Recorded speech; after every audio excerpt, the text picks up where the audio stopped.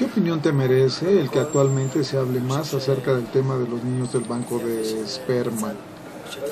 Primero que nada, yo pienso que es bueno que se empezó a hablar finalmente sobre este tema. Antes se hablaba un poco, pero ahora se ha tomado el asunto seriamente. ¿Tú tienes amigos o conoces personas con este problema? No que me hayan contado. Yo estoy seguro que hay, pero no hablan sobre esto abiertamente. En Israel se piensa como un problema la cuestión de los bancos de esperma. En Israel se considera como algo más aceptado. Es uno de los países donde es menos conflictivo, pero de todos modos tiene sus problemas. Es humano que ellos sean un poco misteriosos y de cierta manera con falta de seguridad. En todas partes del mundo es así.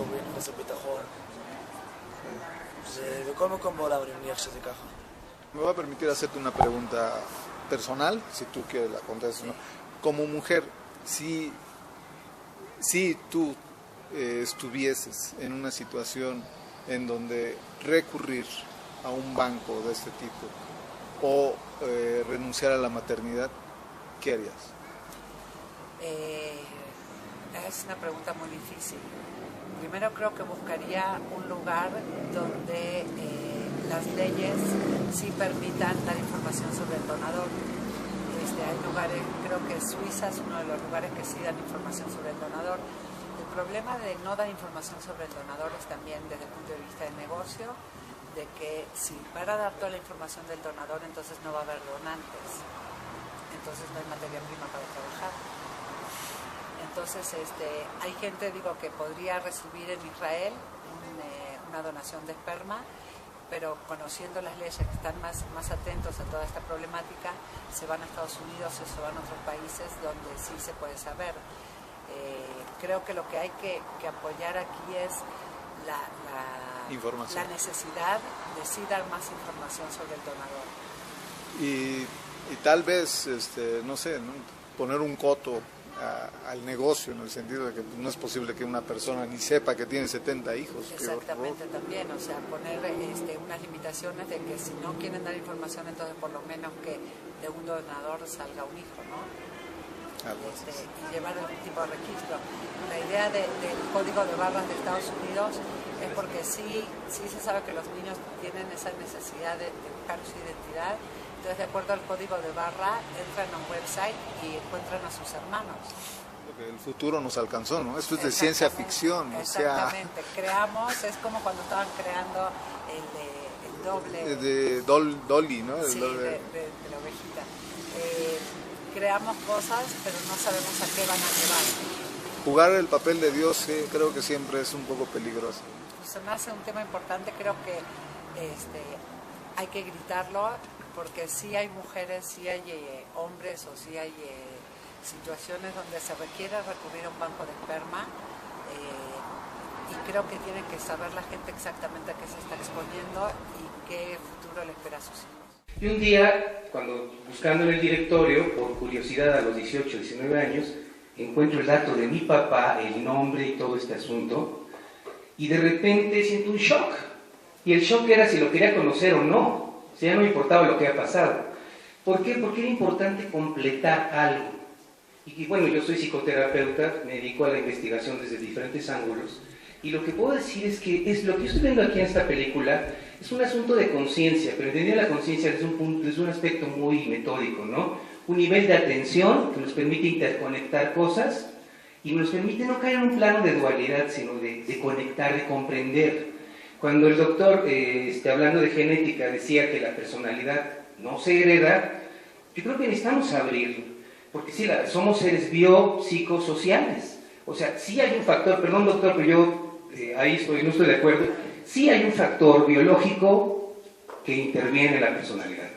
Y bueno, después de encontrar a mi padre, lo interesante es que él me cuenta una historia por la cual no se podía establecer con una familia, tenía hijos con una pareja y en su momento pues, se iba y se desprendía.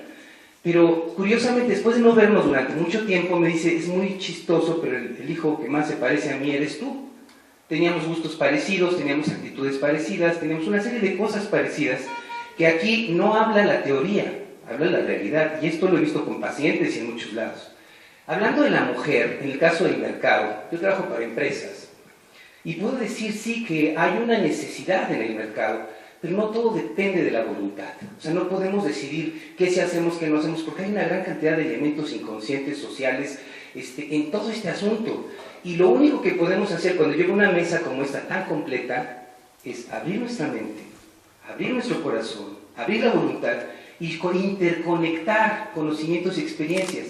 Yo creo que esto es lo que se necesita en el mundo para juntar la parte espiritual, la parte filosófica, la parte científica y aplicarla a la realidad. Porque al final del día, yo como hijo lo que puedo decirles es, conocí a mi padre, completé lo que estaba incompleto, pude sanar esa parte, bueno, él murió, yo me sentí muy bien y ahora es una parte importante dentro de mi historia. Creo que el elemento que no hemos contemplado aquí es el de los hijos, ¿no? Y creo que es un fenómeno social, aprendemos a tropiezos. Lo que estamos aprendiendo con los laboratorios aquí y lo que estamos aprendiendo todos es a completar y a ver cómo mejoramos todo. Gracias. Mi nombre es Enrique Castillo Pesado y soy periodista. Le quisiera comentar y hacer una pregunta muy sencilla al rabino. En la palabra de Dios, en el Antiguo Testamento, en el Pentateuco, quisiera saber si hay algún pasaje que hable de este tema que estamos viendo hoy aquí y lo que hemos visto en la película. Porque Dios es preciso y es perfecta la palabra de Dios. Y la palabra de Dios no se puede cambiar. Aunque yo soy de familia española judía, hoy en día abrazo la doctrina cristiana. Sin embargo, leo el Antiguo Testamento y el Nuevo Testamento. Y quisiera preguntarle entonces al rabino si hay algún pasaje en el Pentateuco que hable de este tema precisamente. Sí, hay, no directamente en la Biblia, pero sí en las fuentes antiguas, sí hay algunas relaciones al hecho de donar esperma. O qué pasa si una familia que no pueden tener hijos reciben una donación, un donativo. El hijo sobre quién es. Como algunos saben que cuando una mujer casada tiene una relación afuera del matrimonio, el hijo que nace de este matrimonio no puede ser aceptado dentro de la comunidad o la colectividad. Está, en hibrid la palabra no se dice en español, está mamzer en hibrid. Y eso es un ejemplo por dos temas. Uno, que a veces hijos sufren por decisiones de sus padres. Es un ejemplo religioso, si quieren, pero también en la realidad es así. Cuando mamá es adicta a algo, normalmente se pasa, o corrígeme si estoy equivocado, pero pasa también al hijo esta adicción y pueden influir entonces también al nivel genético, biológico, fisiológico y como vimos aquí también psicológico. A nivel religioso también, y eso me imagino era la llamada de la responsabilidad del doctor Pilatowski cuando abrió el tema. Al respecto de algunos temas que estábamos oído aquí, quizás lo puedo dar ahora una controversia un poquito más. El discurso rabínico, el discurso de la persona que quiere hablar en nombre de Dios es un poquito grande para mí, pero quiere decir o tratar de pensar en estos términos, podría decir, miren, la obra perfecta es la obra de Dios, no te meten en el medio, no tratan de cambiarla, no tratan de mejorar lo que Dios no permitió.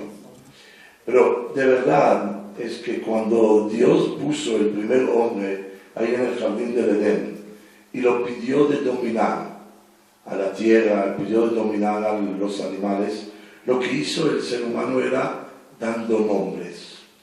Y dar nombres significa dar un orden, dar un significado. Más adelante Dios lo dice, trabajes y mantienes a la tierra.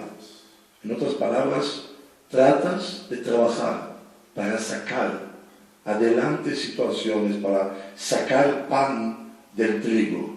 No dejes de comer trigo, no comes pasto, cocínelo, hazlo mejor. Y eso es lo que tratamos de hacer cuando hay situaciones de parejas que no pueden tener hijos. Y no lo vemos como una profanación de la palabra divina, al revés, es el delegado. Y en tratamos de hacer. Sin embargo, de vuelta, el registro para los niños es necesario tanto para ellos como también para la sociedad, para evitar muchas gracias, y para evitar problemas que pueden ser también a nivel psicológico, que un hermano se enamora con un hermano. Cuentas, y vamos a ser sinceros, la paternidad es un auto de fe. ¿Por qué tiene que ver esto? Claro, tal vez ya con la genética podemos averiguar más, pero en general la que le da el padre al hijo es la mujer. La mujer es como lo que decíamos, una pareja que no es fértil, toman un esperma de un donador y con que digan que es el padre es suficiente. Aquí lo que la película pone, y es el punto de discutir, es la siguiente discusión. Yo entiendo las creencias religiosas del rabino y las respeto, no las comparto. Para él, el tener hijos es una obligación religiosa, es una bendición religiosa, se está cumpliendo con un mandato. Desde el punto de vista ateo laico, no, estamos sobrepoblados. La verdad nos vendría bien en el mundo tener menos hijos. Mi pregunta ética, si alguien me pasa en una película y me dice, hay que pensar en el derecho de los hijos, yo atiendo esa pregunta y yo digo, la carga ética sobre el daño que se le hace psicoanalíticamente al hijo por no saber quién es su padre, ¿sobre quién le cae fundamentalmente? ¿Sobre el laboratorio, sobre el donante o sobre la madre que firma el contrato? Éticamente para mí es sobre la madre, ella es la que toma la decisión. Me pregunto una aclaración. Al día de hoy no existe ningún gen ni ningún conjunto de genes que se haya demostrado que participen en la formación de un determinado carácter tan ubicuo como el gusto. Nosotros intuimos o queremos ver lo que queremos ver, ¿sí? Esto es tan sencillo como preguntar ahora de los 50 personas que estamos aquí, seguramente habrá más de uno cuyo color preferido es el azul. Eso es algo que nosotros, y es una realidad que nosotros nos construimos.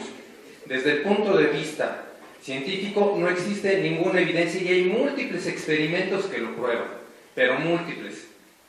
Con un modelo en ratas uno separa a las ratas de los hermanos y de la cría y los alimenta artificialmente y a la edad adulta tienen un comportamiento tremendamente agresivo tipo síndrome autista. Dime, Yarden, ¿alguna vez te has imaginado cómo sería estar en una situación donde tu padre proviniese de un banco de esperma? No pensé ni me imaginé en una situación así. Pero en el momento que mi mamá me contó sobre este film, traté de entender el problema y cuáles son las soluciones. Y ahora realmente estoy contento de que la conciencia sobre este asunto se haya elevado, tanto en Israel como en México, y espero que también en otras partes del mundo. Yo sé que, a Dios gracias, tienes papá y mamá, pero te pido que por un instante te metas en los zapatos de un niño que viene de un banco de esperma. ¿Cómo te sentirías? ¿Cómo se sentiría? Es un poco difícil. Es imposible describirlo, solo si verdaderamente si así fuiste procreado. Es decir, tú no conoces a tu papá, tú no sabes sus datos, no sabes qué aspecto o apariencia tiene, como dice mi mamá, si es gordo o flaco, o si tiene determinadas enfermedades que te pueden dar a ti. Yo personalmente haría todo lo posible por descubrir quién fue el padre, quién donó su esperma a mi mamá para que yo naciera. Haría todo eso para buscar a mi padre. Si esa fuese mi situación, haría cualquier cosa para buscar y encontrar a mi padre. Yo soy Orna Rice, yo soy la productora de esta película. Hice una investigación por algunos años acerca del tema y luego decidimos hacer una película. Descubrí que es un problema verdadero, al cual nadie le prestaba atención en Israel.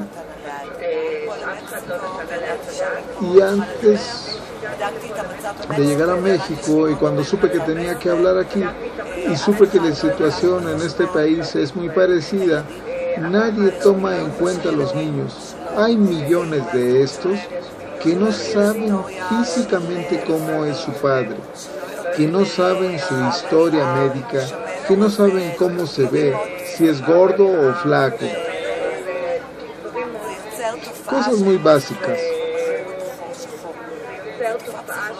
Esto produce un fenómeno que se conoce como hoyo negro. Este fenómeno psicológico tiene consecuencias en varias direcciones. Yo no estoy en contra de los bancos de esperma, pues estos son una posibilidad enorme para muchas mujeres de dar a luz a quienes no encuentran la pareja adecuada, o son lesbianas, o porque viven con una pareja que no tiene la posibilidad de procrear. El banco de esperma es una cuestión maravillosa de este siglo, pero no está regulada legalmente, no hay un control.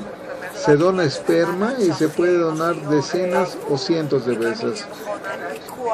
Hace unas 3 semanas en el New York Times apareció el caso de un padre que tiene más de 150 niños. Es solo una cuestión de tiempo para que los niños y las niñas se encuentren y formen hogares. No hay ningún control, no hay ningún orden en este tema.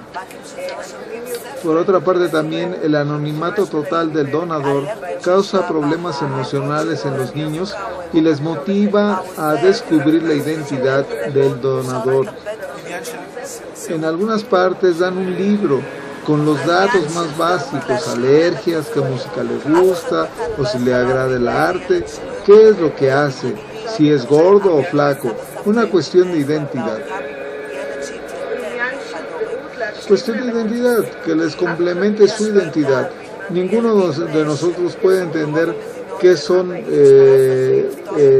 tipos de niños, qué tipo de niños son estos. Los niños normales que tienen mamá, papá, abuela, saben de dónde vienen. Al igual que un niño que es adoptado, tiene fotos, tiene historias. Hay un conocimiento. Niños adoptados en los países desarrollados tienen una carpeta que pueden abrir a los 18 años. De hecho, los niños que son concebidos mediante el banco de esperma son niños que nadie pensó en ellos. Les falta una parte muy grande de su identidad. Sé que es difícil de entender, pero cuando uno se encuentra a ellos, uno se da cuenta que muchos de estas personas no duermen en las noches. Van por las calles buscando caras de hombres que se parezcan a ellos, pensando que puede ser su padre. Buscan al donador de esperma que les dio la vida. Verdaderamente se encuentran en un hoyo negro. Y hubiese sido posible considerar a estos niños. Tienen derecho a recibir más información. Yo no hablo de los países donde hay una ley que a los 18 años o cuando ellos decidan pueden abrir un archivo para recibir los detalles. ¿Usted conoce el número de niños procreados a través de un banco de esperma o de los bancos de espermas? Nadie lo sabe. ¿Sabe por qué? Porque al principio los bancos de esperma eran solo para parejas en las cuales el hombre no podía embarazar a la mujer. Después hubo una especie de boom donde aparecieron clínicas ginecológicas que no estaban reguladas, usaban este método. Así después de años comenzó a ponerse un poco de orden. En Israel solamente a partir de 1992-93 se empezó a regular, así que no hay una estadística, no hay listados y hay millones de niños, pero nadie sabe. En Israel nacen alrededor de 1000 niños por cada 1000 niños cada año bajo este sistema, y el número crece cada vez.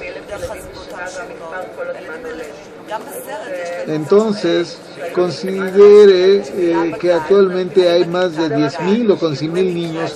Es solo cantidad de criaturas que se sabe a partir de 1993. No es una cuestión de imaginación que actualmente puedan estar casándose medios hermanos. Claro que no. Esos niños generalmente se encuentran en ciudades grandes en todo el mundo, porque ahí se hallan las escuelas de medicina que cuentan con más posibilidades. También allá hay más mujeres con carrera y posibilidades de tener un hijo. También en la película tenemos el caso de una mamá que en el jardín de niños descubre por casualidad a otro niño que proviene del mismo donador que el suyo. Hay muchos casos. Lo que la película viene a mostrar es que no hay control sobre los bancos de esperma, y lo que busca el film es dar más detalles y explicar un poco más esta situación, y evitar así jóvenes que a los 16 años se metan a la cama y en lugar de eso deban correr primero a hacerse una prueba de sangre. Quiero preguntarle, ¿valdría la pena considerar la posibilidad que en un futuro cercano ya no se hiciera todo a través del banco de esperma? Quiero decir, si algunas de estas mujeres podrían tener relaciones directas con una persona y así evitar que de una sola carga de esperma pudieran salir potencialmente cientos de niños. En países como Inglaterra, Holanda o Australia, donde no hay posibilidad del anonimato, el papá debe de estar dispuesto a que el niño tenga el derecho de identificarlo y saber quién es él, y así establecer una relación. Por ejemplo, existen actualmente muchos movimientos homosexuales que tienen niños con mujeres que los desean y hacen un acuerdo, y es una forma en que las madres pueden hacer que sus hijos conozcan a su padre.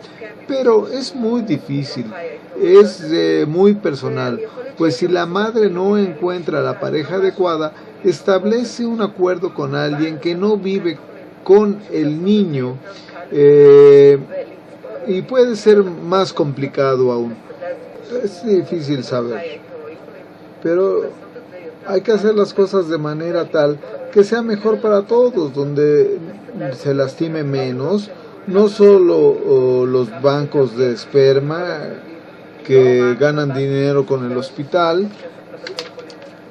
no solo para los donadores que vienen y dan su esperma y que se comercializa para procrear 20, 30, 40 o 100 niños.